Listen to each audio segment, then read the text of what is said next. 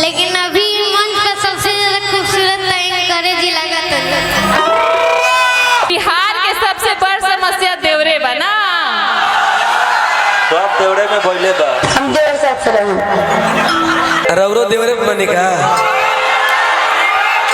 इहे छपरा जिला है 6 महीना में लड़का हो जाला कहना कि तेरा प्यार पाने के लिए मैंने कितना इंतजार किया है और इस इंतजार में ना जाने कितनों से प्यार किया है। साफ सुथरा बात बताओ, एक सेकंड, साफ सुथरा बात बताओ कि तू पति के साथ रहबू कि देवर के साथ रहबू। देखा अपना मुंह से भाई कहत और ठीक निकला बा। ई सब लोग तो राजा जी लोग आइल बड़े लोग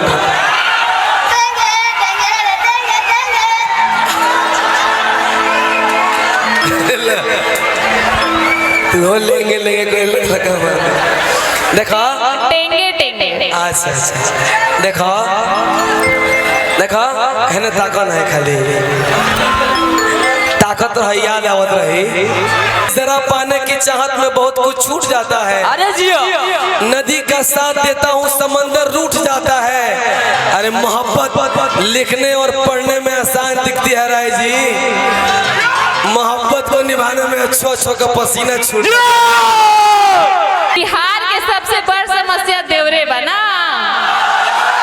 सब देवरे में बोले बा। हम देवर साथ से रहूं।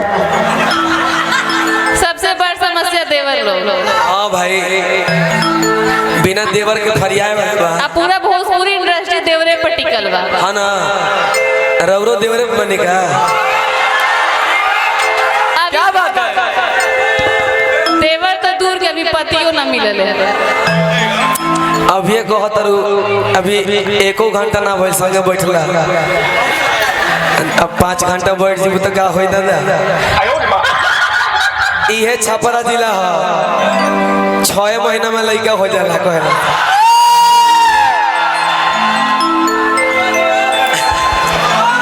चलिए कोई बात, पहली खुशी नहीं मिल सकती तो दूसरी खुशी को चूज किया है।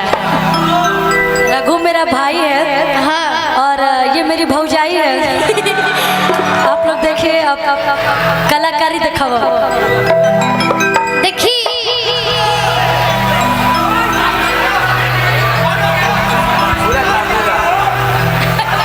देखे में छोट बिया लेकिन तारा माई के उम्र के बिया ही नहीं।